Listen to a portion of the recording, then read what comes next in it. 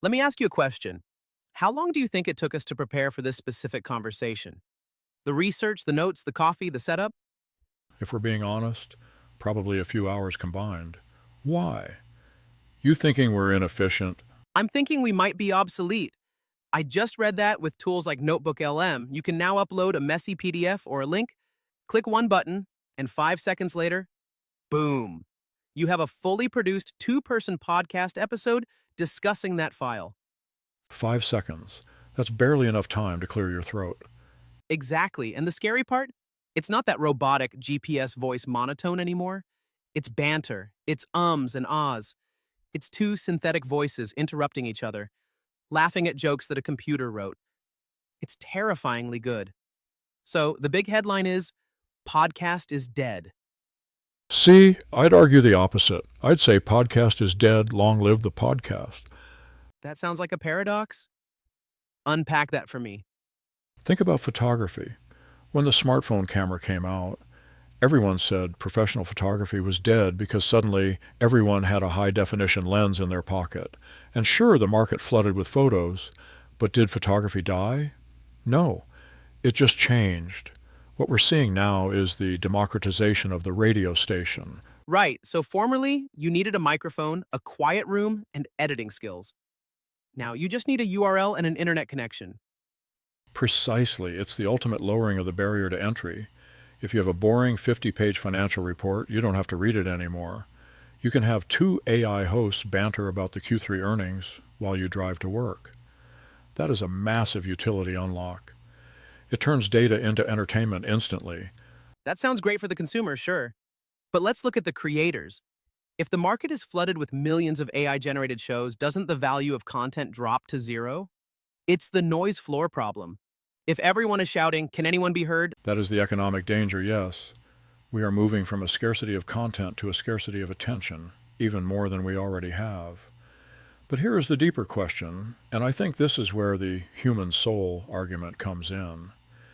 If I play you a clip of an AI podcast and a human podcast and you can't tell the difference sonically, does it matter? I want to say yes. I want to say, of course it matters, but it does. But if I'm laughing and I'm learning, does the origin story of the voice actually change the utility of the product? It might not change the utility, but it changes the connection. Think about a handwritten letter versus a font that looks like handwriting. They convey the same information. They might even look identical at a glance. But the value of the handwritten letter isn't the ink, it's the time. It's the intention. So you're saying the friction is the value?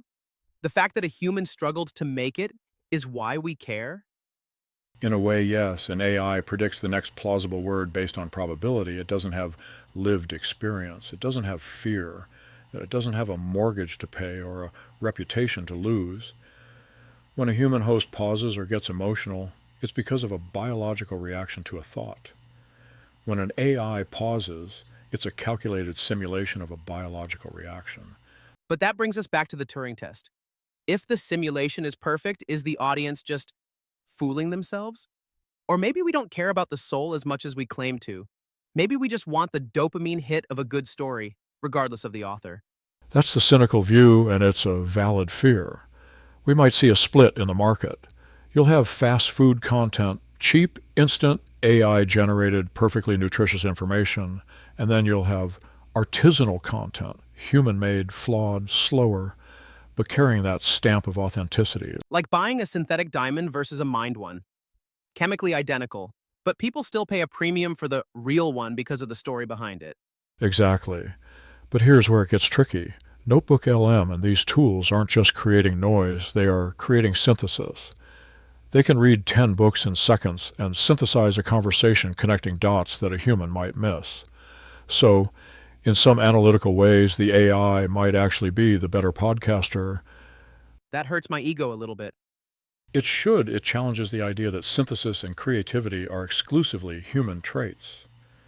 We used to think chess was the pinnacle of human intellect. Then Deep Blue happened. We thought art was safe.